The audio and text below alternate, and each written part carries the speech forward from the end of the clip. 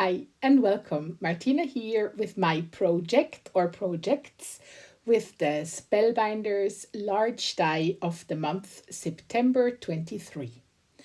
The main die is a bag full of dies which gives you a cupcake or a muffin with some amazing frosting and some additional details which are in the fallish and spooky direction.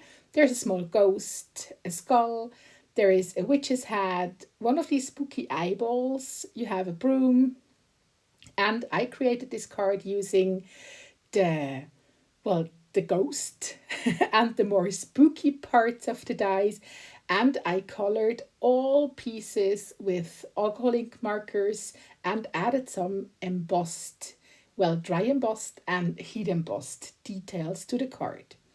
For the second card, which I created with the add-ons, this gives you the die cuts for a snowman, more wintry or Christmassy snowman, and a chick for Valentine's. And I created a sparkly snowman with a puffy snow detailed cupcake for a very specific little girl in specific colors, as you might see.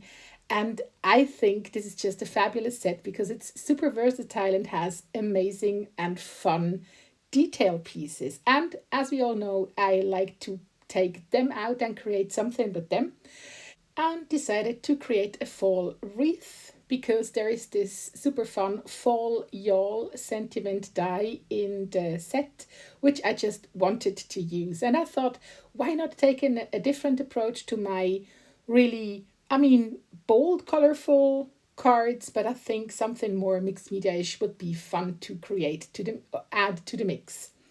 I have been, placing out all the leaves, and I've been grabbing some magical colors in fall colors, and I simply started to sprinkle some of the powder to my leaves and pumpkins, and I then sprayed some water on it. I know this is a super messy technique, but I think it gives you very unique and fun looking die cuts.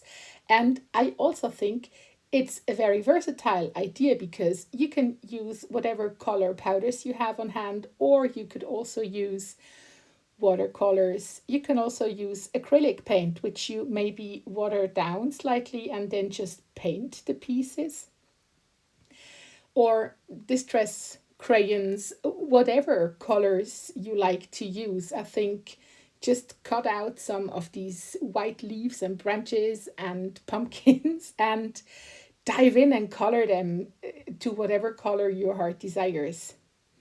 I try to stick to oranges, reds, browns, and more earthy greens. But as we all know, when using magicals, you never know what you get in the mix. So I just tried to go with the flow, and I just went back and forth with adding water, adding color powder, adding water and color powder. I didn't worry about the puddle of color I've been creating on my desk because at the end of the day, it's just a small area, and whenever I'm done, I can just go back in and clean everything, and it will be just fine. But I will have an amazing set of individually colored leaves, which nobody else has because nobody uses the same color combinations which I've been using today. So I think this is, something that really allows you to get creative and individual with getting creative. And because there is not so much else to do at the moment than just going back and forth, I'm cutting out a little bit of the process, and I will be back with the final colored pieces. And as a final step, I'm adding some white magical. I'm adding just a tiny bit of water to activate the powder, and then I can start the drying process. As always, magicals dry better naturally. That's why I decided to take my tweezers and just place all the bits and pieces I just colored on some kitchen towel, and then place that aside to let everything dry properly whilst I am cleaning my mess on the desk and I am trying to work ahead with my ideas where I'm finally going to with my card.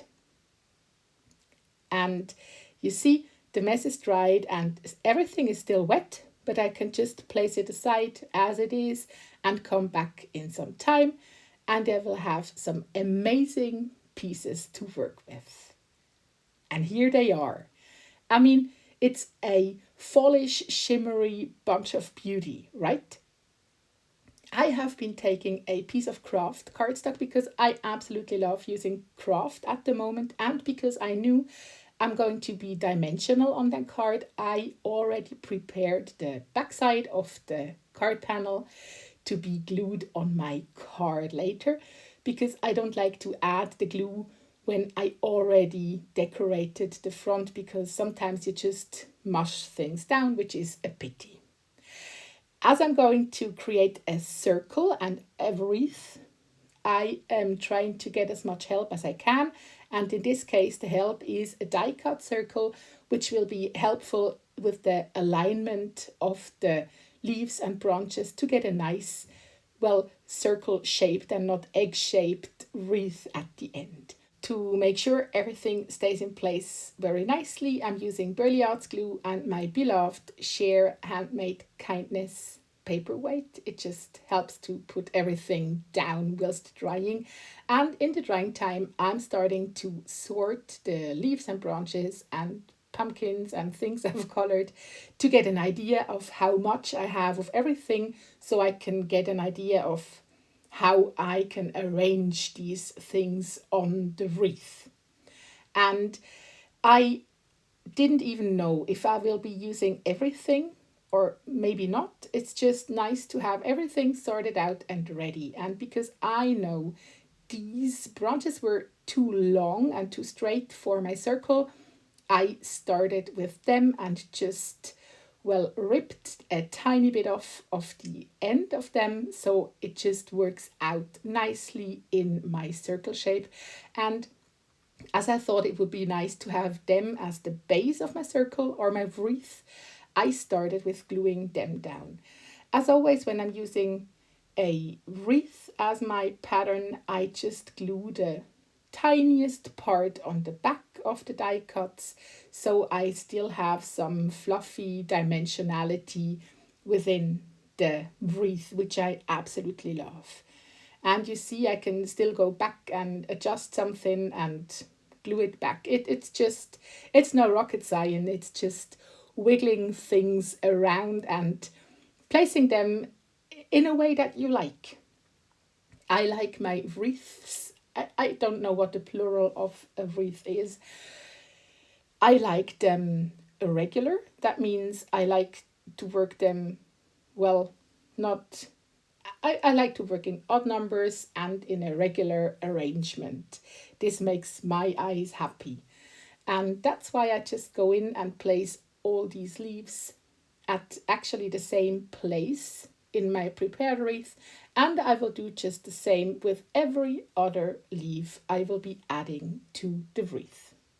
Luckily, there are these super tiny leaves which allow you to fill in these gaps or maybe odd or wonky places in the wreath, and I absolutely love the wreath as it is.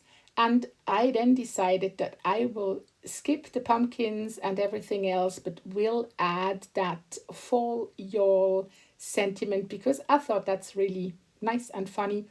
And I thought when I am using a craft colored piece of cardstock, that would just blend in nicely without being too much distracting from the beauty of the wreath. I also like the fact that in the background there is this 3D embossed image pattern, and in the center of the wreath there is no pattern because I glued that circle there. So I think it's a very nice mix of colors and patterns and textures.